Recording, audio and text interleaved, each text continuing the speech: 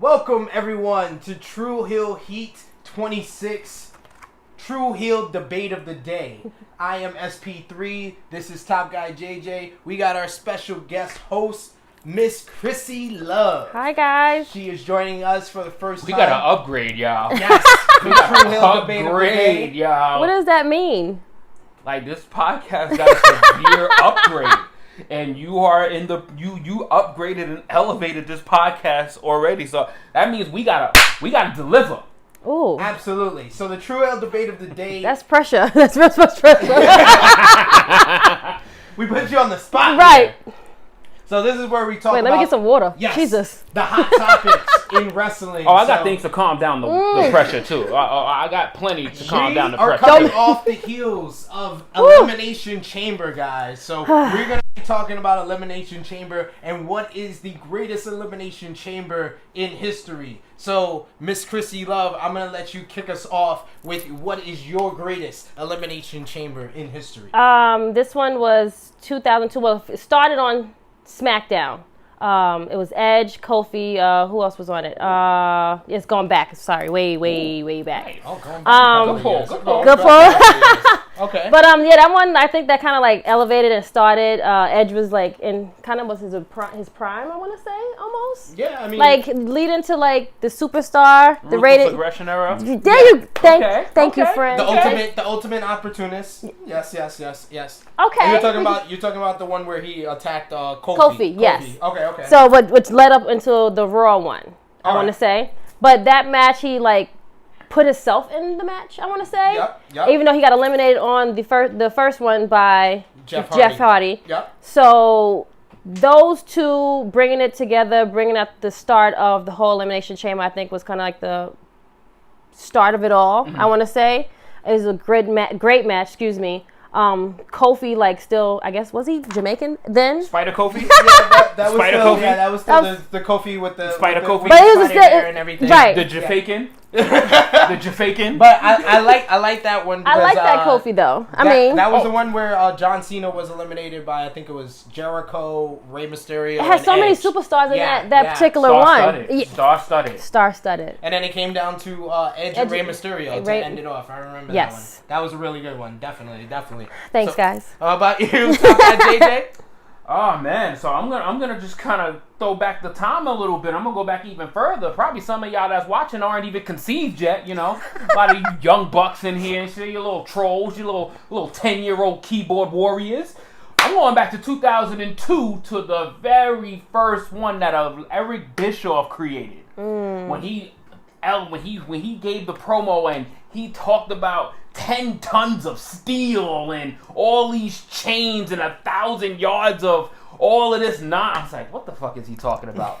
And then he unveiled it. I was like, oh, this is impressive. This one, Hell in a Cell. This is impressive. It's better than Hell in a Cell. This looks like what ECW could have used in Philly, and they would have had a blast with it. But jumping off topic, it was 2002, I would say was my favorite one because that was the one where my favorite wrestler besides Bret Hart finally got his redemption win, and Shawn Michaels finally got the comeback win. He got a big victory, his biggest comeback win.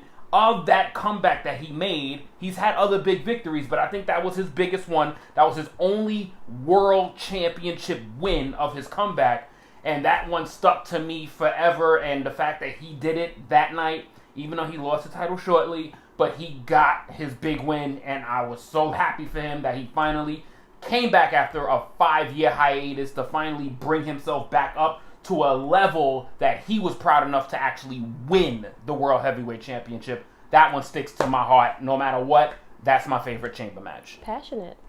Okay. Very passionate. Definitely one of the best chamber matches. The first one. I mean, you got the honor of being the first. It was in Madison Square Garden. Mm-hmm. The great story with Shawn Michaels and Triple H. So I give y'all credit. Definitely good candidates for the greatest elimination chamber in history. Me myself, I go with 2 years ago with one that has a bunch of different stars in it. You got John Cena. This one starts off with John Cena and AJ Styles, the one of the best rivalries in recent memories. Starts off the matchup. You got The Miz in it. The Miz and John Cena, their long rivalry. You got involved in this one. You got Bray Wyatt in this. John Cena and Bray Wyatt, they go long way back. He had history with everybody, yes, I think. Baron Corbin, Dean Ambrose. And, you lost my vote already. Yes. I said Dean Ambrose.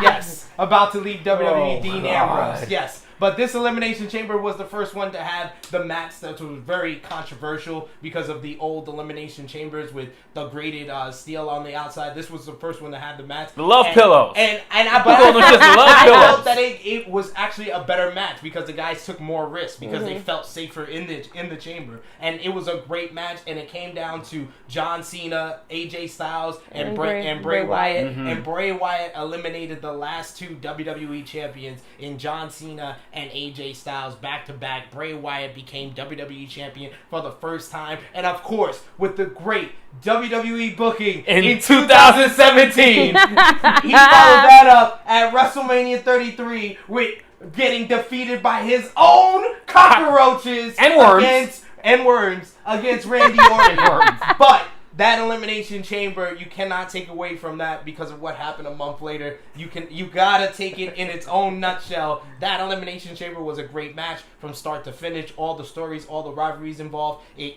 came out of that match. You had Bray Wyatt versus Randy Orton. You had John Cena and Nikki Bella versus Miz and Maurice. You had Baron Corbin versus Dean Ambrose. So it created so many different matches for WrestleMania, bad and good.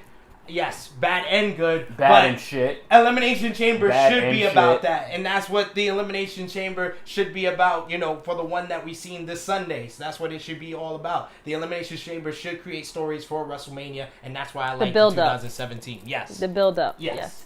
We need that good build-up for WrestleMania. What do you guys think? We want to hear from you guys. Post in the comments section what you think was the greatest Elimination Chamber in history. Who do you think won this True Heel debate of the day? Do you think Miss Krssi Luv was right with the 2009 Raw Elimination Chamber where Edge, the ultimate opportunist, was victorious? Do you think Top Guy JJ was correct with the first ever Elimination Chamber at Survivor Series 2002 where Shawn Michaels had his redemption story against Triple H?